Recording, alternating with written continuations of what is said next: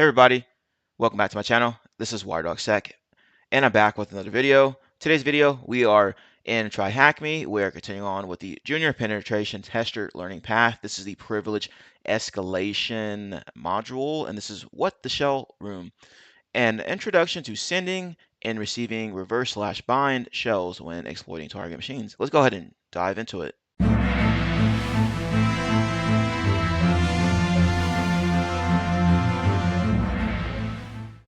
Task 1. What is a shell? Before we can get into the intricacies of sending and receiving shells, it's important to understand what a shell actually is. The simplest possible terms, shells are what we use when interfacing with a command line command line environment, also known as a CLI. In other words, the common bash or sh programs in Linux are examples of shells, as are cmd.exe and PowerShell on Windows. When targeting remote systems, it is sometimes possible to force an application running on the server, such as a web server, for example, to execute arbitrary code. When this happens, we want to use the initial access to obtain a shell running on the target. In simple terms, we can force the remote server to either send us command line access to the server, a reverse shell, or to open up a port on the server which we can connect to in order to execute further commands. That's a bind shell. All right, so reverse shell connects back to your target bot or to your attacking machine, and a bind shell is the attacker machine connecting to the victim. We will be covering both of these scenarios in further detail throughout the room. The format of this room is as follows. The bulk of this room is made up of information, which are with examples given in code blocks and screenshots. There are two VMs, one Linux, one Windows, in the last two tasks of the room. These can be used to practice the techniques demonstrated. There are example practice questions in task 13. Feel free to work through these or follow along with the task as you complete them. All right, so we read everything here. Now, if you don't have access to this room, you can just take notes somewhere, all right, and just follow along here. And task number 2, tools. There are a variety of tools that we will be using to receive reverse shells and to send bind shells. In general terms, we need malicious shell code as well as a way of interfacing with the resulting shell. We will discuss each of these briefly below. Netcat. Netcat is the traditional Swiss Army knife of networking. It is used to manually perform all kinds of network interactions, including things like banner grabbing during enumeration, but more importantly, for our uses, it can be used to receive reverse shells and connect to remote ports attached to bind shells on a target system. Netcat shells are very unstable, easy to lose by default, but can be improved by techniques that we will cover in an upcoming task. And Socat. Socat is like Netcat on steroids. It can do all the same things and many more. Socat shells are usually more stable than Netcat shells out of the box. In this sense, it is vastly superior to Netcat. However, there are two big catches. Number one, the syntax is more difficult. Number two, Netcat is installed on virtually every Linux distribution by default. Socat is very rarely installed by default. There are workarounds to both of these problems, which we will cover later on. Both Socat and Netcat have a .exe versions for use on Windows. Metasploit multi-handler.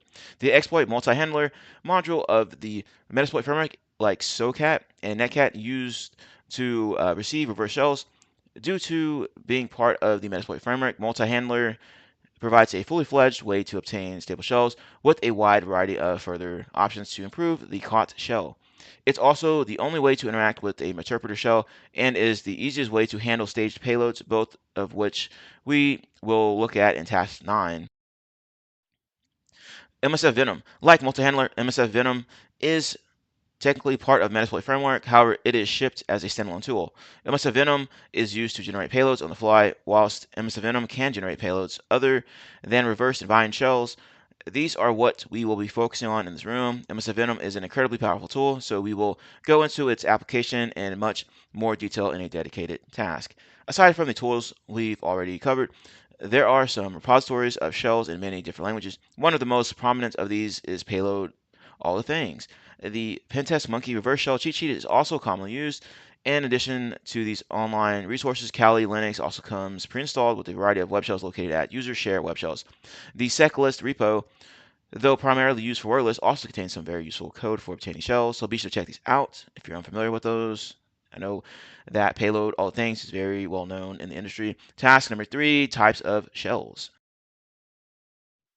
At a high level, we are interested in two kinds of shell when it comes to exploiting a target: reverse shells and bind shells. Reverse shells are when the target is forced to execute code that connects back to your computer. On your own computer, you would use one of the tools mentioned in the previous task to set up a listener, which would be used to receive the connection. Reverse shells are a good way to bypass firewall rules that may prevent you from connecting to arbitrary ports on the target. However, the drawback is that when receiving a shell from a machine across the internet, you would need to configure your own network to accept the shell.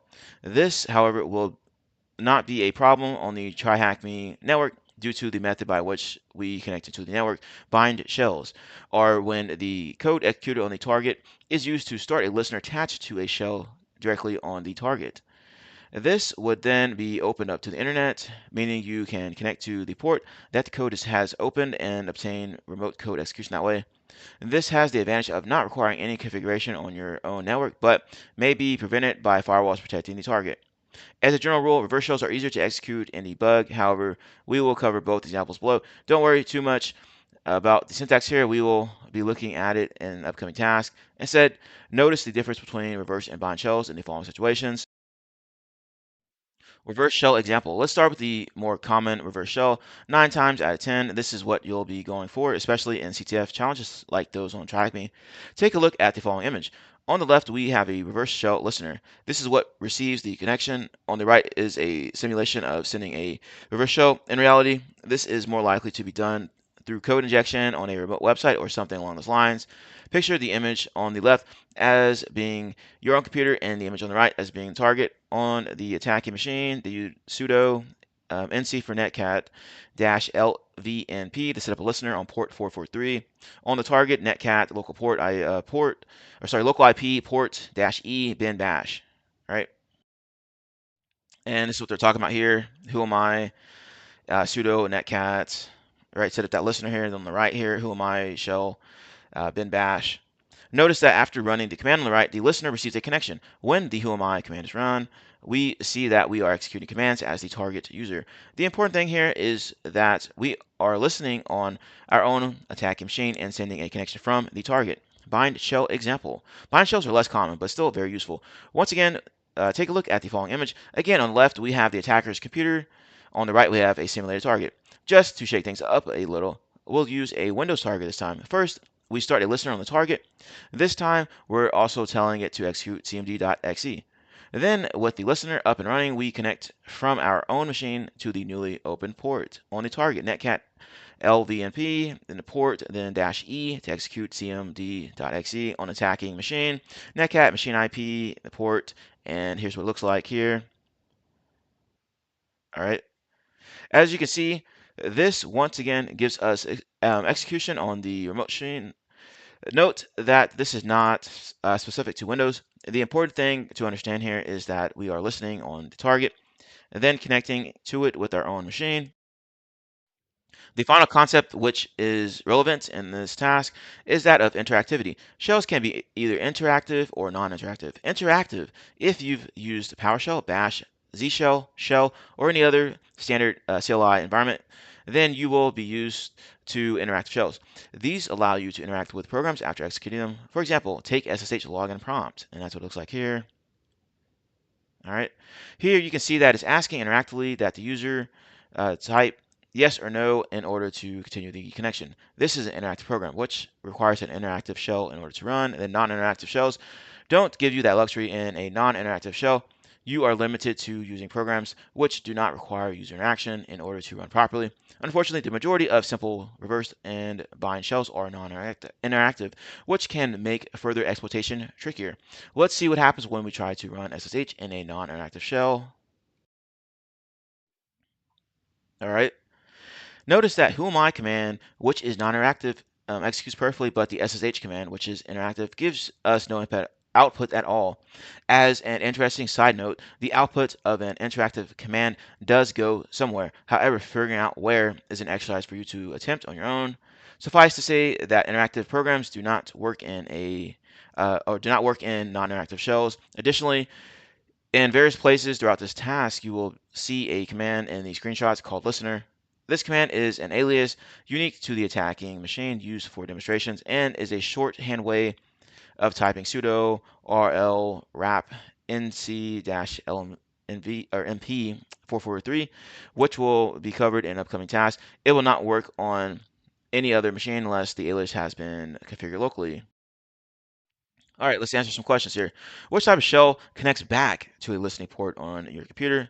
Reverse R or bind with B? Well, that's going to be a reverse shell because you're on that's connecting back to the attacking machine. You have injected malicious code into a website. Is the shell you receive likely to be interactive? Yes or no? Well, that's going to be a no. When using a bind shell, would you execute a listener on the attacker or the target machine? Now, bind shell, you're going to connect to the target, right? So you're going to send up a listener on the target machine to connect to. There you go. Now, task number 4, we're going to get into some Netcat stuff here. All right, let's see what they got to say. As mentioned previously, Netcat is the most basic tool in a penetration tester's toolkit when it comes to any kind of networking. With it, we can do a wide variety of interesting things, but let's focus for now on shells. Reverse shells. In the previous task, we saw that reverse shells require shellcode and a listener. There are many ways to execute a shell, so we'll start by looking at listeners. The syntax for starting a netcat listener using Linux is the following here: netcat or nc-lvnp and then the port number. -L is used to tell Netcat that this will be a listener. -V is used to request a verbose output. -N tells Netcat not to resolve host names or use DNS. Explaining this is out with the scope of the room. -P indicates the port specification will follow. The example in the previous task used port 443. Realistically, you could use any port you like as long as there isn't already a service running or using it. Be aware that if you choose to use a port below 1024, you will need to use sudo when starting the listener. That said, it's often a good idea to use a well-known port number 80, 443, or 53 being good choices, as this is more likely to get past outbound firewall rules on the target. A working example of this would be the following here: sudo nc-lvnp443. We can then connect back to this with any number of payloads depending on the environment on the target. An example of this payload is displayed in the previous task. Bind shells. If we are looking to obtain a bind shell on a target, then we can assume that there is already a listener waiting for us on a chosen part or port of the target. All we need to do is connect to it. The syntax for this is relatively straightforward. Netcat, then a target IP, chosen port. Here we are using Netcat to make a outbound connection to the target on our chosen port. We will look at using Netcat to create a listener for this type of shell in task 8. What's important here is that you understand how to connect to a listening port using Netcat. All right. Now answer the questions. Which option tells Netcat to listen? Well, as above, that's going to be the -L, right, for listen. How would you connect to a bind shell on the IP address 10.10.10.11 with port 8080? NC, then the IP address, and the port number. All right, so that's what it looks like. And task number 5, Netcat shell stabilization. Okay, so we've caught or connected to a Netcat shell. What's next? These shells are very unstable by default. Pressing Control C kills the whole thing. They are non-interactive and often have strange formatting errors. This is due to Netcat shells really being processes running inside a terminal rather than being bona fide terminals in their own right. Fortunately, there are many ways to stabilize Netcat shells on Linux systems. We'll be looking at 3 here. Stabilization of Windows. Reverse shells tends to be significantly harder. However, the second technique that we'll be covering here is particularly useful for it. Technique 1, Python. The first technique we'll be discussing is applicable only to Linux boxes, as they will nearly always have Python installed by default. This is a 3-stage process, and here they go. The first one, the first thing you do is to use the python-c and then import pty semicolon pty dot spawn, and then inside the parentheses and double quotes, you're going to put /bin/bash, which uses Python to spawn a better featured bash shell. Note that some targets may need the version of Python specified. If this is the case, replace Python with Python 2 or Python 3 as required. At this point, our shell will look a bit prettier, but we still won't be able to use tab autocomplete or the arrow keys, and Control C will still kill the shell. Step two is export and then term equals xterm. This will give us access to term commands such as clear. Step three, finally, and most importantly, we will background the shell using Control Z. Back in our own terminal, we use stty raw dash echo semicolon fg. This does two things. First, it turns off our own terminal echo, which gives us access to tab autocompletes, the arrow keys, and Control plus C to kill processes. It then foregrounds the shell, thus completing the process. The full technique can be seen here.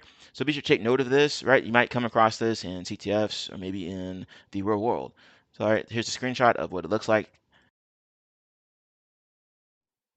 All right. Note that if the shell dies, any input in your own terminal will not be visible as a result of having disabled terminal echo. To fix this, type reset and press enter. Technique 2, RL-wrap. RL-wrap is a program which, in simple terms, gives us access to history, tab auto-completion, and the arrow keys immediately upon receiving a shell. However, some manual stabilization must still be utilized if you want to be able to use Control plus C inside the shell. RL-wrap is not installed by default on Kali, so first install it with the following here: sudo apt install RL-wrap. To use RL-wrap, we invoke a slightly different listener, RL-wrap netcat or nc-lmvp and port. Prepending our Netcat listener with RL-wrap gives us a much more fully featured shell. This technique is particularly useful when dealing with Windows shells, which are otherwise notoriously difficult to stabilize. When dealing with a Linux target, it's possible to completely stabilize by using the same trick as in step 3 of the previous technique: background the shell with Control Z, then use stty raw dash echo semicolon fg to stabilize and re-enter the shell. Technique 3, Socat. The third easy way to stabilize a shell is quite simply to use an initial Netcat shell as a stepping stone into a more fully featured Socat shell. Bear in mind that this technique is limited to Linux targets, as a Socat shell on Windows will be no more stable than a Netcat shell. To accomplish this method of stabilization, we would first transfer a Socat static compiled binary, a version of the program compiled to have no dependencies, up to the target machine. A typical way to achieve this would be using a web server on the attacking machine inside the directory containing your Socat binary, which is sudo python 3-m http.server. It's running on port 80. Then on target machine, using the netcat shell to download the file. On Linux, this would be accomplished with curl or wget, right? Wget local IP, Socat, yada yada yada. For the sake of completeness, in a Windows CLI environment, the same can be done with PowerShell using either invoke web request or a web request system class, depending on the version of PowerShell installed. Invoke web request dash URI, local IP, Socat, etc., etc. We will cover the syntax for sending and receiving shells with Socat in the upcoming task. With any of the above techniques, it's useful to be able to change your terminal TTY size. This is something that your terminal will do automatically when using a regular shell. However, it must be done manually in a reverse or bind shell if you want to use something like a text editor, which overwrites everything on the screen. First, open another terminal and run stty-a. This will give you a large stream of output. Note down the values for rows and columns, and this is what it looks like here. All right. Next, in your reverse slash bind shell, type in stty rows and the number, and stty cols for columns, and then the number, filling in the numbers you got from running the command in your own terminal. This will change the registered width and height of the terminal, thus allowing programs such as text editors, which rely on such information being accurate, to correctly open. Okay, how would you change your terminal size to have 238 columns? Well, we can see it up here. But I'm going to copy and paste this, and we're going to put the number of columns after that. So it's going to be 238, like that. All right, there we go. What is the syntax for setting up a Python 3 web server on port 80? Well, if we scroll back up here, we can just copy and paste that, right? And that's what that's going to look like here. All right. Now, next one we're going to talk about in task number 6 is going to be Socat. So let's see what they have for us in this task. Socat is similar to Netcat in some ways, but fundamentally different in many others. The easiest way to think about Socat is as a connector between 2 points. In the interest of this room, this will essentially be a listening port in the keyboard. However, it could also be a listening port in a file, or indeed two listening ports.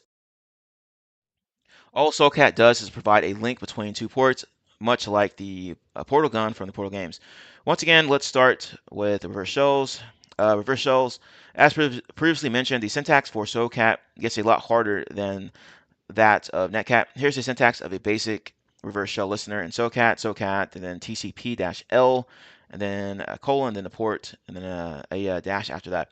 As always with Socat, this is taking 2 points, a listening port, and a standard input, and connecting them together. This resulting shell is unstable, but this will work on either Linux or Windows, and the equivalent is Netcat or NC-LVNP and then port. On Windows, we would use this command to connect back. So they got Socat, TCP, and then local IP, local port, exec for execute, and then PowerShell.px or .exe, and then pipes. The pipes option is used to force PowerShell or cmd.exe to use Unix style standard input and output. This is the equivalent command for a Linux target. They have it here. Bind shells. On a Linux target, we would use the following command, which is this here. On a Windows target, you will use this for a listener. We use the pipes argument to interface between the Unix and Windows ways of handling input and output in a CLI environment. Regardless of the target, we use this command on our attacking machine to connect to the waiting listener. And this is what it looks like. Now let's take a look at one of the more powerful uses for Socat, a fully stable Linux TTY reverse shell. This will only work when the target is Linux, but it's significantly more stable. As mentioned earlier, Socat is an incredibly versatile tool. However, the following technique is perhaps one of the most useful applications. Here is the new listener syntax, and this is what it looks like here. Let's break this command down into two parts. As usual, we're connecting 2 points together. In this case, those points are a listener port in a file. Specifically, we are passing in the current TTY as a file and setting the echo to be 0. This is approximately equivalent to using the Control+Z in the following here trick with a Netcat shell, with the added bonus of being immediately stable and hooking into a full TTY. The first listener can be connected to with any payload. However, this special listener must be activated with a very specific Socat command. This means that the target must have Socat installed. Most machines do not have Socat installed by default. However, it is possible to upload a pre-compiled Socat binary, which can be executed as normal. The following command is as follows. You can see that here. This is a handful, so let's break it down. The first part is easy. We're linking up the listener running on our machine. The second part of the command creates an interactive bash session with the following here. We're also passing the arguments pty, st, dir, sigint, set, sid, and sane. Pty allocates a pseudo terminal in the target, part of the stabilization process. Standard error, which standard error makes sure that any error messages get shown in the shell. Often a problem with non-interactive shells. SIGINT passes any Control+C commands through into the subprocess, allowing us to kill commands inside the shell. Set SID creates the process in a new session. Sane stabilizes the terminal, attempting to normalize it. That's a lot to take in. So let's see it in action. As normal, on the left, we have a listener running on our local attacking machine. On the right, we have a simulation of a compromised target running with a non-interactive shell. Using the non-interactive Netcat shell, we execute the special Socat command and receive a fully interactive bash shell on the listener to the left, and that's what it looks like here. All right. Note that Socat shell is fully interactive, allowing us to use interactive commands such as SSH. This can then be further improved by setting the STTY values as seen in the previous task, which will let us use text editors such as Vim or Nano. If at any point Socat shell is not working correctly, it's worth increasing the verbosity by adding the -d into the command. This is very useful for experimental purposes, but it is not usually necessary for general use. All right, how would you get a Socat to listen on TCP port 8080? This is what it looks like, TCP dash capital L colon 8080. All right, task number 7, Socat encrypted shells. Let's see what they have to say here. One of the many great things about Socat is that it's capable of creating encrypted shells, both bind and reverse. Why would we want to do this? Encrypted shells cannot be spied on unless you have the decryption key and are often able to bypass an IDS as a result. We cover how to create the basic shells in the previous task, so that syntax will not be covered again. Suffice to say that anytime TCP was used as a part of a command, this should be replaced with OpenSSL when working with encrypted shells. We'll cover a few examples at the end of this task, but first let's talk about certificates. We first need to generate a certificate in order to use encrypted shells. This is easiest to do on our attack machine by using the following here, OpenSSL, then you can see the rest there. This command creates a 2048-bit RSA key with matching cert file, self-signed, and valid for just under a year. When you run this command, it will ask you to fill in information about the certificate. This can be left blank or filled randomly. We then need to merge the two created files using the .pym file and use that. You do that here with this cat shell.key, etc. Now, when we set up our reverse shell listener, we use the following. Looks like this. This sets up OpenSSL listener using our generated certificate. Verify equals 0 tells the connection to not bother trying to validate that our certificate has been properly signed by a recognized authority. Please note that the certificate must be used on whichever device is listening. To connect back, we can use the following. The same technique would apply for a bind shell, target, this is what it looks like, and then attacker, and this is what that looks like. Again, note that even for a Windows target, the certificate must be used with the listener, so copying the PIM file across for a bind shell is required. The following image shows an OpenSSL reverse shell from a Linux target. As usual, the target is on the right and attackers on the left, so let's take a look here, and this is what it looks like there. All right. All right, let's see what they say. This technique will also work with the special Linux only TTY shell covered in the previous task. Figuring out the syntax for this will be challenging for this task. Feel free to use the Linux practice blocks deployable at the bottom of the room to experiment if you're struggling to obtain the answer. What is the syntax for setting up an OpenSSL-listener using the TTY command from the previous task? Use port 53 in a PIM file called encrypt.pym. If your IP is 10.10.10.5, what syntax would you use to connect back to listener? So go ahead and try to figure this out yourself and then come back to the video for the solution. Hey everybody, just a quick little blurb here. As you can see here, most people that view my channel are not subscribers. If you're new here, please consider subscribing to the channel. If you're enjoying the video, please consider hitting the like button. It helps get me in the algorithm, helps spread the good word out there, helps bring more people and increase our glorious community here. All right, I'm all about helping out others. I know what it's like to come up in cybersecurity or even try to get into cybersecurity and not knowing where to look. I'm just having this channel up so I can help out other people. All right, that's all I got. All right, welcome back. And here is the solution for both of these particular questions here. So take note of these. And we're going to continue on with task number 8, common shell payloads. Let's see what they have for us here. We'll soon be looking at generating payloads with Msfvenom, but before we do that, let's take a look at some common payloads using the tools we've already covered. A previous task mentioned that we'd be looking at some ways to use Netcat as a listener for a bind shell, so we'll start with that. In some versions of Netcat, including the NC.exe Windows version, included with Kali at the following here. In the version used in Kali itself, netcat-traditional, there is a -e option which allows you to execute a process on connection. For example, as a listener, this is what that syntax looks like here. Connecting to the above listener with Netcat would result in a bind shell on the target.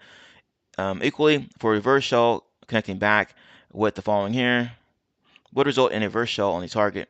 However, this is not included in most versions of Netcat, as it is widely seen to be very insecure. Funny that, huh? On Windows, where a static binary is nearly always required anyway, this technique will work perfectly. On Linux, however, we would instead use the code to generate or to create a listener for a bind shell, the following here.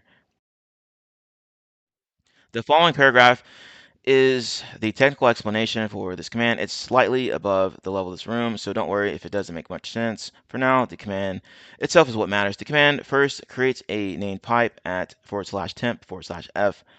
It then starts a Netcat listener and connects to the input of the listener to the output of the named pipe. The output of the Netcat listener, i.e. the commands we send, then gets piped directly into sh, sending the stdir output stream into standard out and sending standard out itself into the input of named pipe, thus completing the circle. And here's what that looks like here. A very similar command can be used to send a netcat shell, and that's what it looks like here. So take note of those. The command is virtually identical to the previous one, other than using the netcat's connect syntax as opposed to netcat listen syntax, and that's what it looks like here. When targeting a modern Windows server, it is very common to require a PowerShell reverse shell, so we'll be covering the standard one-liner PSH shell, reverse shell here. This command is very convoluted, so for the sake of simplicity, it will not be explained directly here. It is, however, an extremely useful one-liner to keep on hand. And that's what that looks like here, very long. In order to use this, we need to replace of course, the placeholder for IP and port with the appropriate IP and choice of port. It can then be copied into a cmd.exe shell or another method of executing commands on a Windows server, such as a web shell, and executed, resulting in a reverse shell. And that's what it looks like here. For other common reverse shell payloads, all the things, is a repository containing a wide range of shell codes, usually in one-liner format or for copying and pasting in many different languages. It is worth reading through the linked page to see what's available. What command can be used to create a named pipe in Linux? Okay, and this should be the answer here, this MK FIFO. They said there's two different answers to this. I know up here it said something about, yeah, this here. This command first creates a name piped at /tmp/f. All right.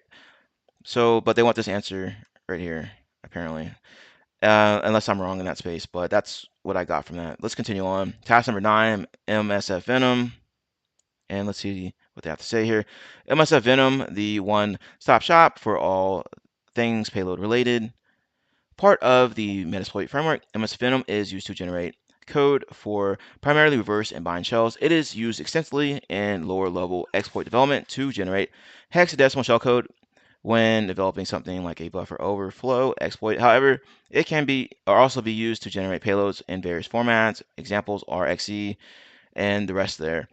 It's the latter function that we will be making use of in this room. There's more to teach about Msfvenom than could ever fit into a single room, let alone a single task. So the following information will be a brief introduction on the concepts that will prove useful in this room.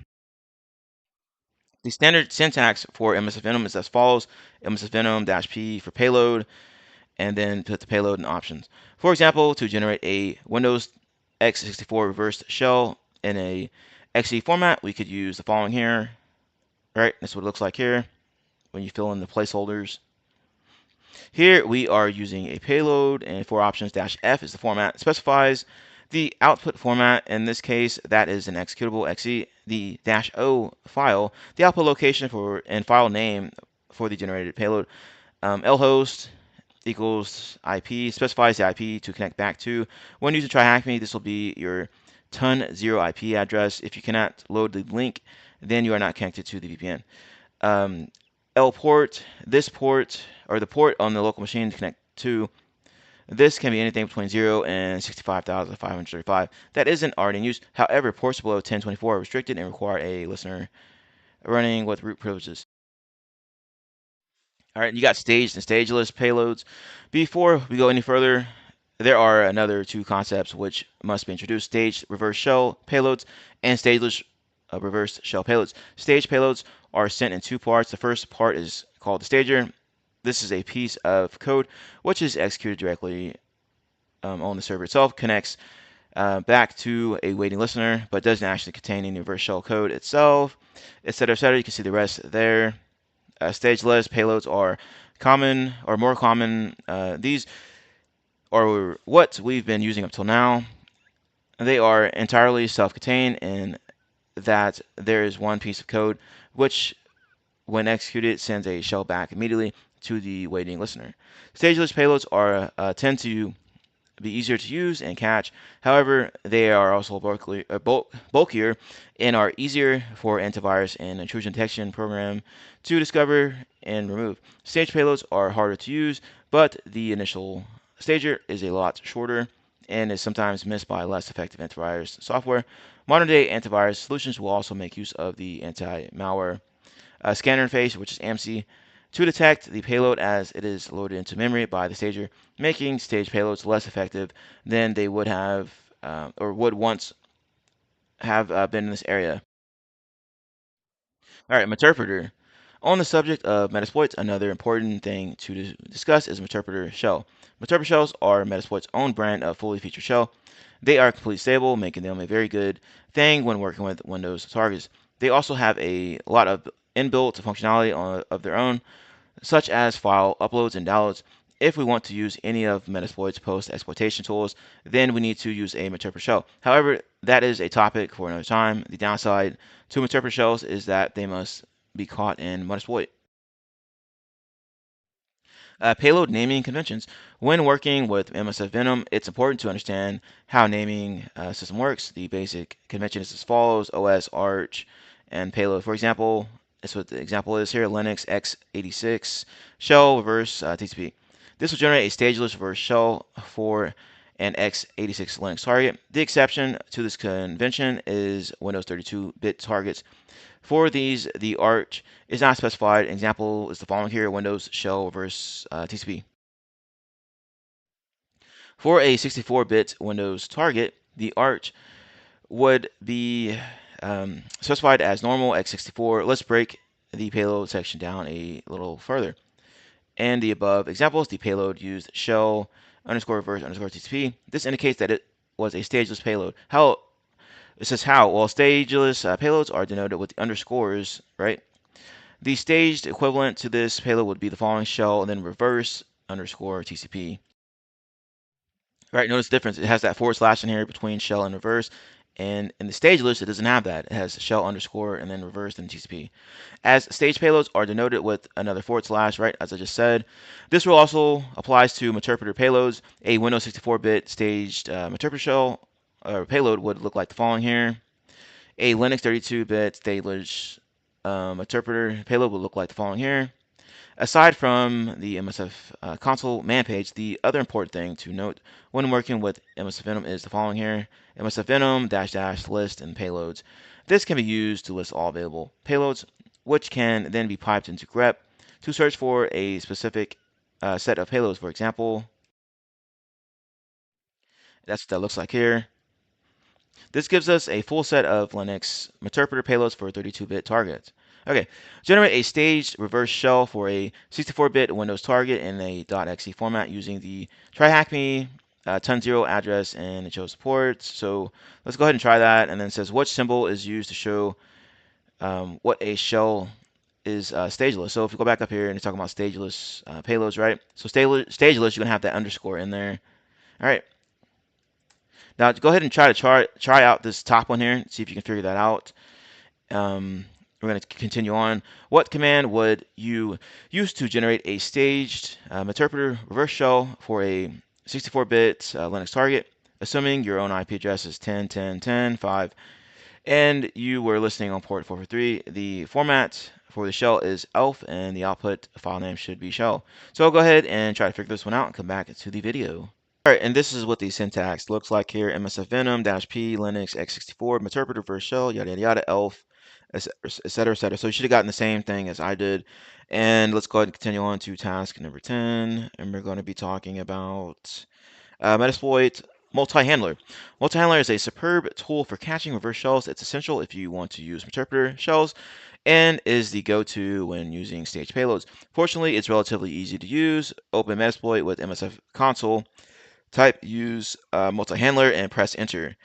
We are now primed to start a multi-handler session. Let's take a look at the available options using the options command. And this is what it looks like here. You can set up all your options. There are 3 options we need to set: payload, lhost, and lport. These are all identical to the options we set when generating shellcode with Msfvenom, a payload specific to our target, as well as a listening address and port with which we can receive a shell. Note that the lhost must be specified here, as Metasploit will not listen on all network interfaces like Netcat or Socat will. It must be told a specific address to listen with. When using TryHackMe, this will be your ton 0 address. We set the options below, right? Set payload, set lhost, set lport. We should now be able to start the listener. Let's do this by using the exploit-j command. This tells Metasploit to launch the module running as a background, or running as a job in the background, and that's what it looks like here. All right, so let's see here. And you may notice that in the above screenshot, Metasploit is listening on a port under 1024. To do this, Metasploit must be run with the sudo permissions. When the staged payloads generated in the previous task is run, Metasploit receives the connection, sending the remainder of the payload and giving us a reverse shell. So this is what it looks like here. All right. Notice that because multi-handler was originally backgrounded, we need to use sessions 1 to foreground it again. This worked as it was the only session running. Had there been other sessions active, we would have needed to use sessions to see all active sessions, and then use sessions, then the number to select the appropriate session to foreground. This number would also have been displayed in the line where shell was open. See command shell session 1 open. All right, so let's see here. What command can be used to start a listener in the background? Remember, that's going to be the -j option, right? So let's go back up here. It's going to be exploit-j. That's what you want to use to do that. And it's going to plug that in there. If we had just received our 10th reverse shell in the current Metasploit session, what would be the command to foreground it? Right, so if you want to foreground it, you got to use sessions and then the number. So it's going to be sessions, and it should be 10. So let's go ahead and do that. Sessions 10. There we go. Now task number 11, we're going to talk about some web shell stuff here. And let's see what they have for us. There are times when we encounter websites that allow us an opportunity to upload in some way or another an executable file. Ideally, we would use this opportunity to upload code that would activate a reverse or bind shell, but sometimes this is not possible. In these cases, we would instead upload a web shell. So see the upload vulnerabilities room for a more extensive look at this concept. Web shell is a colloquial term for a script that runs inside a web server, usually in a language such as PHP or ASP, which execute code on the server. Essentially, commands are entered into a web page either through a HTML form or directly as arguments in the URL, which are then executed by the script with the results returned and written to the page. This can be extremely useful if there are firewalls in place or even just as a stepping stone into a fully fledged reverse or bind shell. As PHP is still the most common server-side scripting language, let's have a look at some simple code for this in a very basic one-line format. It looks like the following here. All right, so a PHP web shell. This will take a get parameter in the URL executed on the system with shell underscore exec, open close. Okay, essentially what this means is that any commands we enter in the URL after question mark cmd equal will be executed on the system. Be it Windows or Linux, the pre-elements are to ensure that the results are formatted correctly on the page. Let's see this in action, and so it looks like here. They did ifconfig. Notice that when navigating the shell, we used a get parameter cmd with the command ifconfig, which correctly returned the network information on the box. In other words, by entering the ifconfig command used to check the network interfaces on a Linux target into the URL of our shell, it was executed on the system with the results returned to us. This would work for any other command we chose. Examples are who am I, hostname, arch, etc. As mentioned previously, there are a variety of web shells available on Kali by default at user share web shells, including the infamous Pentest Monkey PHP reverse shell, a full reverse shell written in PHP. Note that most generic language specific reverse shells are written for Unix based systems such as Linux web servers. They will not work on Windows by default. When the target is Windows, it is often easiest to obtain RCE using a web shell or by using Msfvenom to generate a reverse/bind shell in the language of the server. With the former method, obtaining RCE is often done with a URL encoded PowerShell reverse shell. This would be copied into the URL as the CMD argument. It looks like this. This is the same shell we encountered in task 8. However, it has been URL encoded to be used safely in a get parameter. Remember that the IP and port bold towards the end of the top line will still need to be changed in the above code. Read the web shell's information. All right, so we've already done that. Okay, task number 12, next steps. Let's see what they have here. Okay, we have a shell. Now what? We've covered lots of ways to generate, send, and receive shells. The one thing that these all have in common is that they tend to be unstable and non-interactive. Even Unix style shells, which are easier to stabilize, are not ideal. So what can you do about this? On Linux, ideally, we would be looking for opportunities to gain access to a user account, SSH keys stored at home, user dot SSH. This are often an ideal way to do this. In CTFs, it's also not infrequent to find credentials lying around somewhere on the box. Some exploits will allow you to add your own account. In particular, something like Dirty Cow or a writable Etsy shadow or Etsy pass WD would quickly give you access to the machine, assuming SSH is open. On Windows, the options are often more limited. It's sometimes possible to find passwords for running services in the registry. VNC servers, for example, frequently leave passwords in the registry stored in plain text. Some versions of the FileZilla FTP server also leave credentials in an XML file located at the following here. These can be MD5 hashes or in plain text depending on the version. Ideally on Windows, you would obtain a shell running as the system user or an administrator account running with high privileges. In such a situation, it's possible to simply add your own account in the administrators group to the machine, then log in over RDP, Telnet, WinXE, PSExec, WinRM, or any number of other methods dependent on the services running on the box. The syntax for this is as follows: net user, right, pass add, and the other one here to add it to the administrators group, right? The important takeaway from this task: reverse and bind shells are an essential technique for gaining remote code execution on a machine. However, they will never be as fully featured as a native shell. Ideally, we always want to escalate into using a normal method for accessing the machine, as this will invariably be easier to use for further exploitation. Okay, we've read this information. And task number 13, practice examples. And there's a bunch in here, so let's take a look at some of these. This room contained a lot of information and gave you little opportunity to put it into practice throughout. The following two tasks contain virtual machines. One's Ubuntu 18.04 server and the other one's Windows server. Each configured with a simple web server with which you can upload and activate shells. This is a sandbox environment, so there will be no filters to bypass. Login credentials and instructions for each will also be given. Should you wish to log in to practice with Netcat, Socat, or Msfvenom shells, the remainder of this task will consist of shell examples for you to try out on the practice boxes. All right, so be sure to read through here and go through these so you can get familiarized with them. You can practice on this Linux box and also this Windows box here. All right, so let's go ahead and do some of these here. I don't think I'm gonna go through all these. Now let's take a look at one of these here. Um, the first thing, we're going to upload this PHP reverse shell. First thing I'm going to do is navigate to this directory here, which I've already done, right?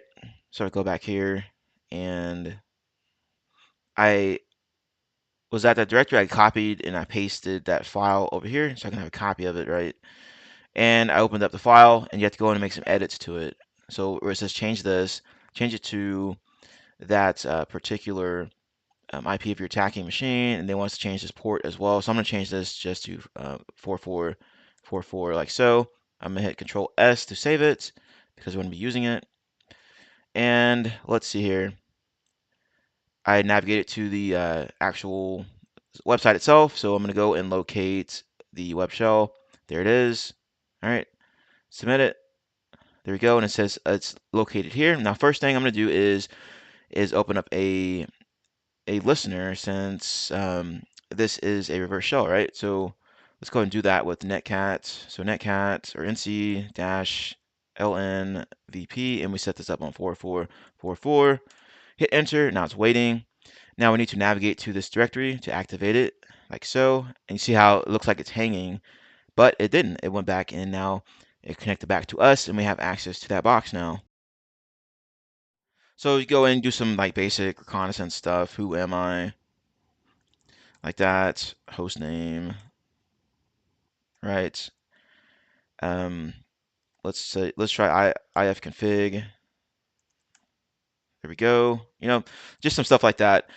And like I said, be sure to go through some of these here and get familiarized with them. See which one that you like the most or which ones you prefer. It's always good to have a couple backups in case you need to use them in like CTFs or maybe the real world. They go in and talk about some interpreter shells as well.